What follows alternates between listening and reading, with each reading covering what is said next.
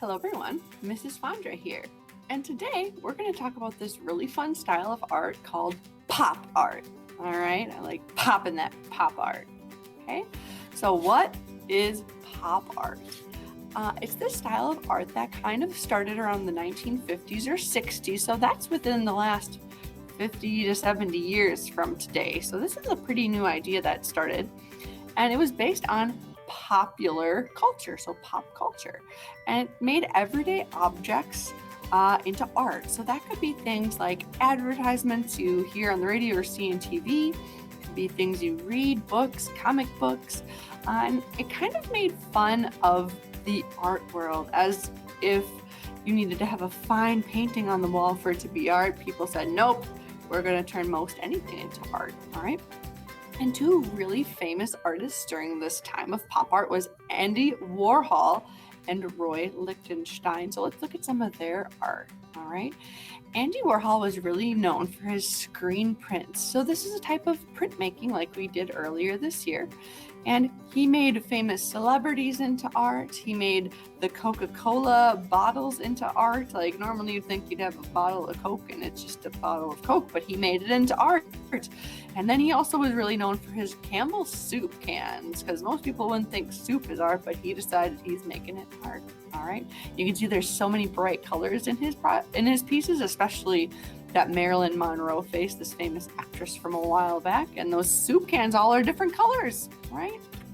And Roy Lichtenstein was really well known for his comic book style art.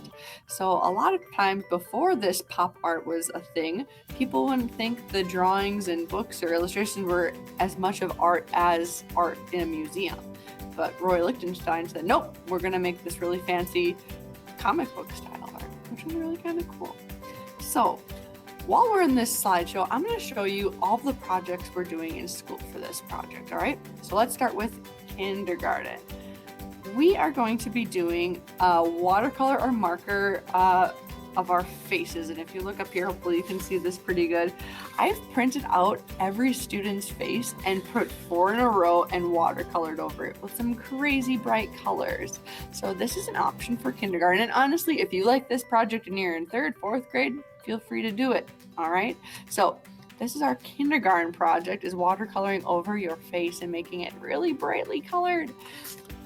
1st grade, they're going to be doing pop art emojis. All right.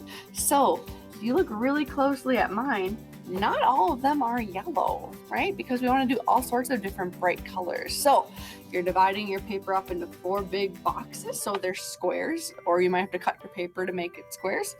Trace some circles and make some crazy bright pop art emojis. All right. There's so many out there. I'm sure you could look up some on your parents' phone or even online, right?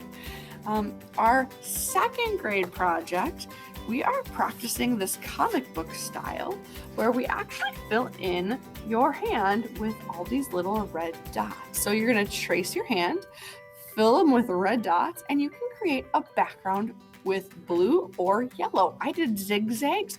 Maybe you want to do stripes. Maybe you want to do polka dots. But the red is only for your hand, so we know that's a little different and will stand out compared to your background. It's okay to use some white too, but we're looking for lots of color because this is pop art after all, right? 3rd grade has a different project similar to 2nd grade, where they are going to pick an onomatopoeia word. Pop is an example of that because these are words that sound like what they are. So if you say bam, it kind of sounds like something going bam. Or if you say boom, it sounds like something going boom, right? So here's a really big list, and if you want to pause the video to look over these all, that would be fine. But we're going to be adding our primary colors again, because that's what's really common with comic book style, and putting our really big word right in the middle. And you're welcome to use those little red dots. Fill in all of these spaces with lots of color to make it really pop. I picked pop. All right, you can pick whichever other onomatopoeia word, right, that you like. And the 4th graders, they have a very big project this year where they are going to be making drawings by tracing a stent. They'll make one drawing and trace it 6 times, for at least for us in class, on their paper, and it can be anything that normally you wouldn't think of as art. So I picked a hamburger because, I normally think you're just going to eat a hamburger, but it could really be anything. Like I said, first grade did emojis kind of like this, but I'm looking for something a little bit more complicated for our fourth graders. So it could be some type of food, it could be an animal, it could be a more realistic type of face that you draw, but I'm looking for something a little more challenging for my fourth graders. And all of these projects are probably at least going to take 2 weeks. All right, so let me get out of this now that I'm going through it all. So if one of these really sparks your attention and it's not for the grade I mentioned, that's okay. If you really feel like doing it or you have the supplies for it, that'd be fine. Most of these are done with marker, but if you want to change it to a painting project like our second and third grade, we actually use paint, feel free to use some paint. All right, so whenever you finish this project, like I said, it's going to take us probably 2 or 3 weeks in the building because it's a lot of talking about what pop art is and getting into the projects and starting. So it might take us a little while. So whenever you finish your project, if you could turn it into the Seesaw or the Google app, wherever I'm posting this, the Google Classroom, please submit a photo so I can see your awesome pop art. I'm really excited to see what you come up with. All right. So, if you have any questions, comments, concerns, if you need supplies, if there's anything I can do to help you out, please let me know. And I can't wait to see what you make. It's going to be so great. I love it already. Happy creating.